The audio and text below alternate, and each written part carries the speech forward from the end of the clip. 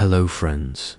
After escaping dragons in China and wolf teeth in Central Asia, this time we jump into the plague and poverty-filled Europe of the Middle Ages. Through the eyes of a child who started working in the fields at age 7 and was married at age 12, my life was nothing more than a struggle for survival. There was no such thing as childhood, only small adults. Get ready to watch the dark story of this brutal life spent under physical violence, epidemics, and constant hunger. Don't forget to like the video and subscribe so you don't miss future historical lives. Being born in the Middle Ages was no different from buying a lottery ticket, and it usually ended badly.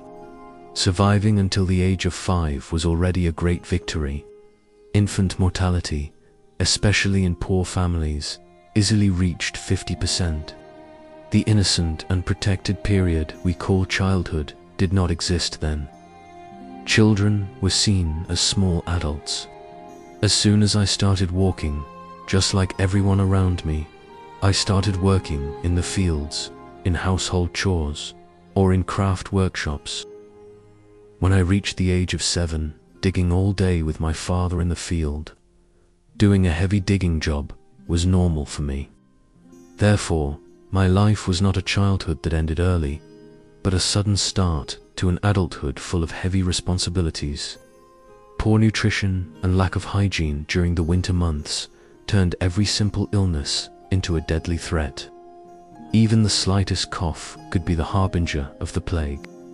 Children like me had to get used to the harshness of a life that forced us to grow up early, where emotional support was rare and survival was the only rule. Being the child of a noble family also did not mean a better life. Only the form of awfulness changed. Between the ages of 5 and 7, the boys of noble families would be sent to another lord's castle to serve as a page retainer. This meant the end of childhood completely. Away from the comfort and love of my own home, in a foreign castle, I had to serve my master and lady, set the table, clean, and most importantly, learn obedience.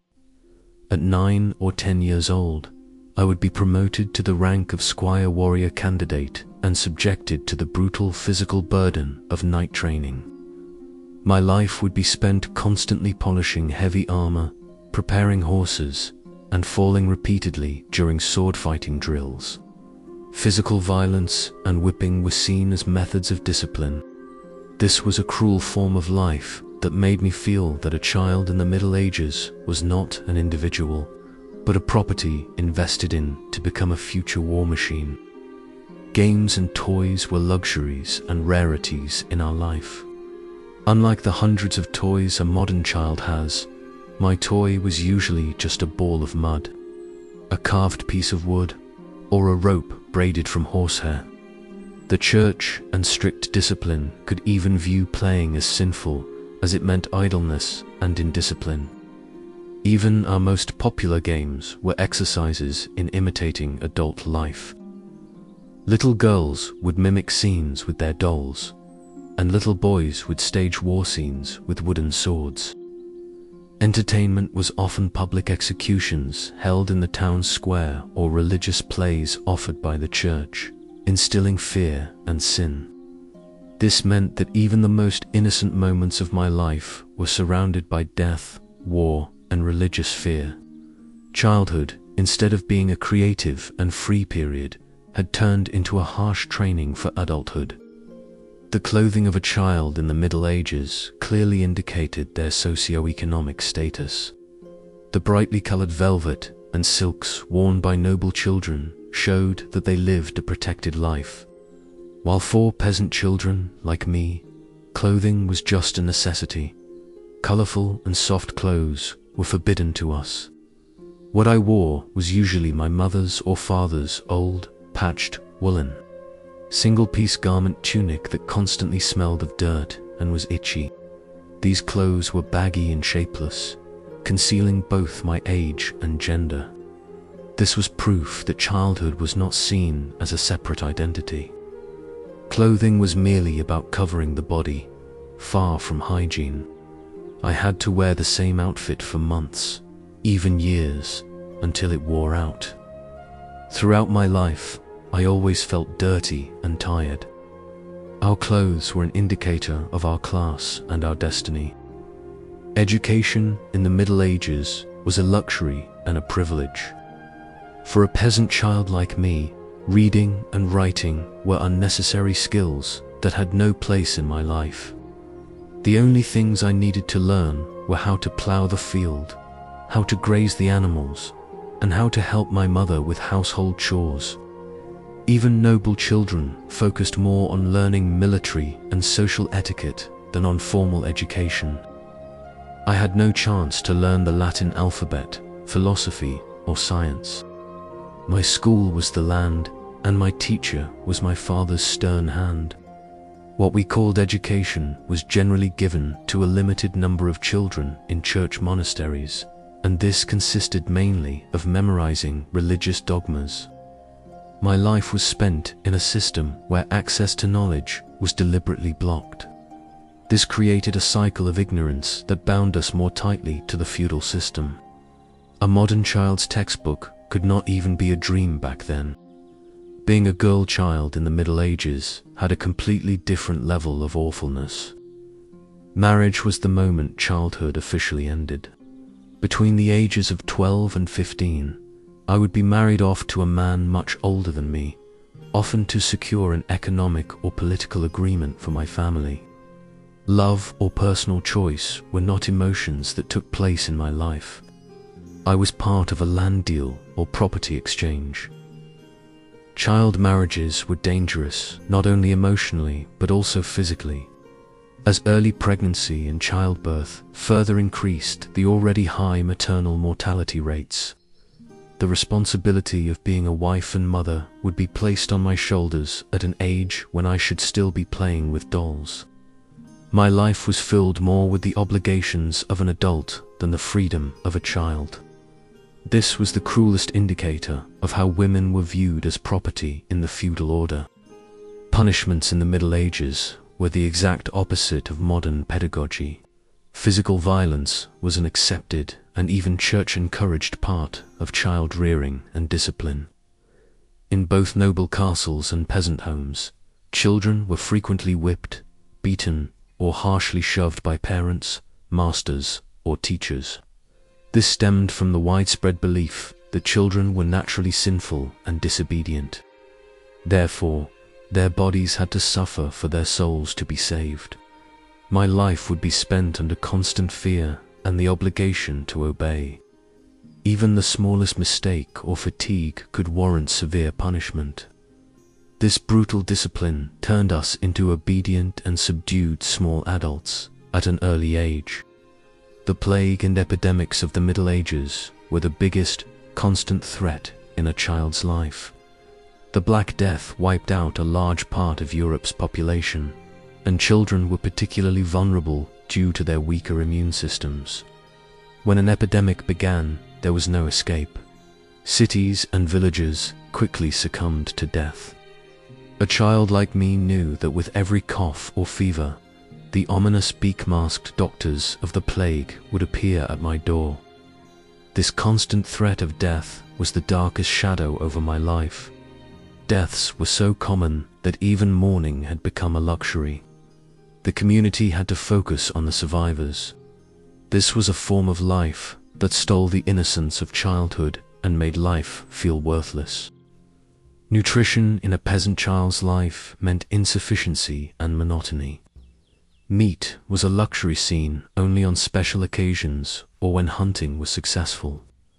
Our daily diet consisted mostly of porridge mush, simple bread, and seasonal vegetables. There were no vegetables in winter, so nutrition worsened even further. Protein deficiency and lack of vitamins caused children like me to be stunted, constantly sick, and have low learning capacity. Hunger was a chronic part of my life. I struggled every day to fill my stomach. Even noble children had strict dietary restrictions during their night training. This poor nutrition was a hidden curse of medieval childhood. directly affecting both our physical health and our future potential. Children in the Middle Ages were viewed as economic obligations or a means of spiritual salvation, rather than a source of emotional support for adults. Due to the heavy workload, early marriages, and high mortality rates, it was difficult for parents to form a modern emotional bond with their children. A child could die at any moment, making emotional investment risky. This caused children to grow up with a constant feeling of utility, rather than feeling loved and protected. My life was measured by how useful I was in the eyes of an adult, not by how much I was loved. This emotional deprivation was one of the cruelest aspects of medieval childhood. One of the greatest dangers in a child's life was the risk of kidnapping and slavery. Especially in Eastern Europe and along the Mediterranean coasts, children were easily captured during raids and sold as slaves. The strict rules of feudalism and the weakness of central authority left children vulnerable to such threats. A peasant child like me could be kidnapped at any moment when wandering away from the settlement, sold to a merchant, or forcibly taken into a lord's service. This was a danger as real as the threat of the plague over my life. This risk created a constant cycle of fear that prevented children from straying far from their homes and communities. This was a shadowy form of life that even took away our chance to play freely outside during childhood. A child's life in the Middle Ages was surrounded not only by the dogmas of the church, but also by countless superstitions and folk magic. Illnesses were seen as a spiritual curse or the work of an evil spirit, and the lack of modern medicine only strengthened these beliefs. Mothers would hang sharp iron objects or blessed herbs on the cradle to protect their babies from evil spirits. This was not very different from the Turkic wolf-tooth amulet, just a European version. If a child fell ill, instead of medical treatment, the village healer or sorceress would intervene with prayers, amulets, and sometimes painful herbal mixtures. My life was filled with the belief that an evil spirit was lurking around every corner. Eclipses, strange sounds, or unexpected animal behavior were interpreted as omens of future bad events, which made my already fear-filled childhood life even more anxious. Oral health and dentistry were almost non-existent in the Middle Ages, which turned children's life into constant pain. Although sugar and processed foods were rare, poor hygiene and malnutrition caused tooth decay and abscesses to become widespread. Toothache was not just a discomfort, but the beginning of a serious health problem. When a child like me writhed in pain from a toothache, the only treatment they could resort to was having the village blacksmith or barber crudely pull the tooth with pliers, usually without anesthesia and in an environment full of infection risk. This even made it difficult for children to eat healthily. Infections following a pulled tooth were one of the greatest threats to my life, as even these simple procedures could easily lead to death. The lack of medical knowledge turned every simple pain into a major danger. In the Middle Ages, especially in cases of poverty, famine, or illegitimate birth, children were easily abandoned or exposure. Families would leave children they could not care for at church doors, monasteries, or sometimes directly at the edge of the forest. This was an act of desperation. The child's survival depended entirely on fate or the mercy of a benefactor. My life as an abandoned child was one of constant hunger and fear of freezing. Although those abandoned to the church might have a chance of survival, they usually grew up under harsh conditions in orphanages. This situation showed that medieval society viewed children as an economic burden and how cruel measures could be taken to get rid of this burden. Childhood was no guarantee of parental love. My life was simply a matter of chance. Another common path in the life of a non-noble or peasant child was artisan apprenticeship. Between the ages of 7 and 10, My father would sell me enter into an apprenticeship contract to a blacksmith, weaver, or baker. This meant the end of childhood. I would live in the master's house, abide by his rules, and usually work 14 to 16 hours a day. My life depended on the master's whims and mood. Physical abuse was an accepted part of apprenticeship training. My wages were usually just board and lodging. Seeing real money was rare. The hope of learning a craft forced me to endure this difficult life, but the process was completely devoid of freedom and individual identity. Apprenticeship was not just a way to learn a profession, but also a form of low-level slavery in the feudal hierarchy. The most prominent and oppressive element in the life of medieval children was the all-controlling power of the church. Children were constantly raised with the belief in the fear of hell and sinfulness through sermons and religious plays. Even minor mistakes were considered great sins. The church rejected the innocence of children and viewed them as inherently sinful beings. This filled my life with constant fear and guilt. I took every step carefully to avoid the wrath of God. This religious oppression completely killed the natural sense of exploration and curiosity of childhood. Playing, laughing, and even questioning meant spiritual danger. The church was not just an institution of faith, but also an oppressive disciplinary force that shaped the spiritual life of children. The life of girl children in the Middle Ages was distinctly different from that of boys and generally had less freedom. A girl child was raised from an early age to prepare for household chores and motherhood. By the age of 7, I had to learn cooking, cleaning, spinning, and sewing. Girls' apprenticeships were rarely in artisan workshops. They were more often assigned as servants or maids in a wealthy house. This meant that my life would be spent within the 4 walls of the house, and I would not have the right to move freely. Education generally focused on household management and obedience rather than reading and writing. Due to women occupying the lowest tier of feudal society, the life of girl children was sealed early with the destiny of being a man's property. The lack of hygiene was a constant and disgusting part of the life of medieval children. Regular bathing was not only a luxury, but also often a misunderstood or feared act. Our bodies and clothes were constantly infested with fleas, lice, and ticks. These parasites not only caused itching and discomfort, but also carried the plague and other deadly diseases. Since children slept close to each other and shared the same beds, these parasites spread quickly. My life was spent with constant itching and the smell of dirty water. These disgusting living conditions constantly challenged our immune system and made even the simplest infections dangerous. It was a form of life unimaginable for a modern child. In some regions, children were forced into the most dangerous and darkest jobs of their life. Mining was one such industry that relied on child labor, especially because their small bodies could fit into narrow tunnels. Working in the mines was both physically strenuous and deadly dangerous. Young bodies quickly wore out due to gas poisoning, tunnel collapse, or constant dust inhalation.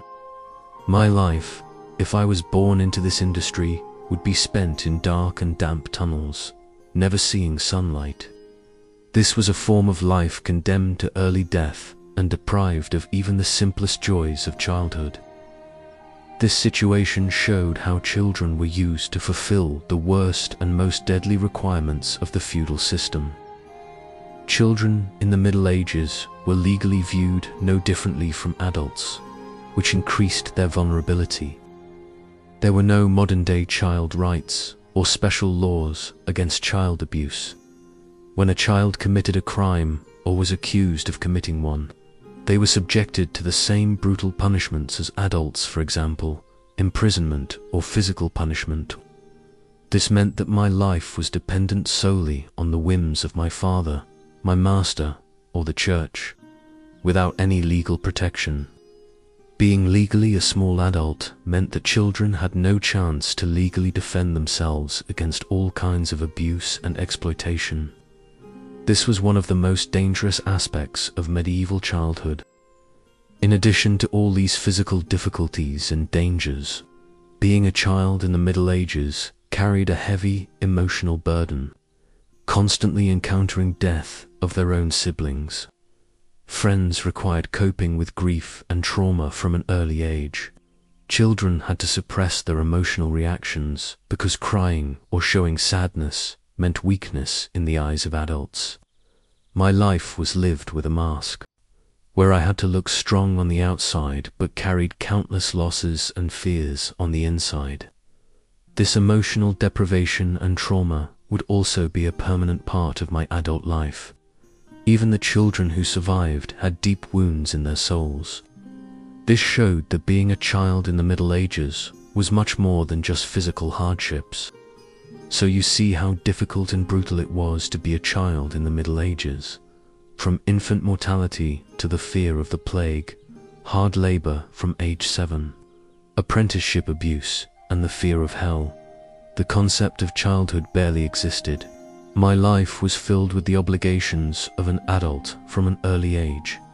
If you enjoyed this dark historical journey, don't forget to subscribe so you don't miss the future stories of my life, perhaps the training of Japanese geishas.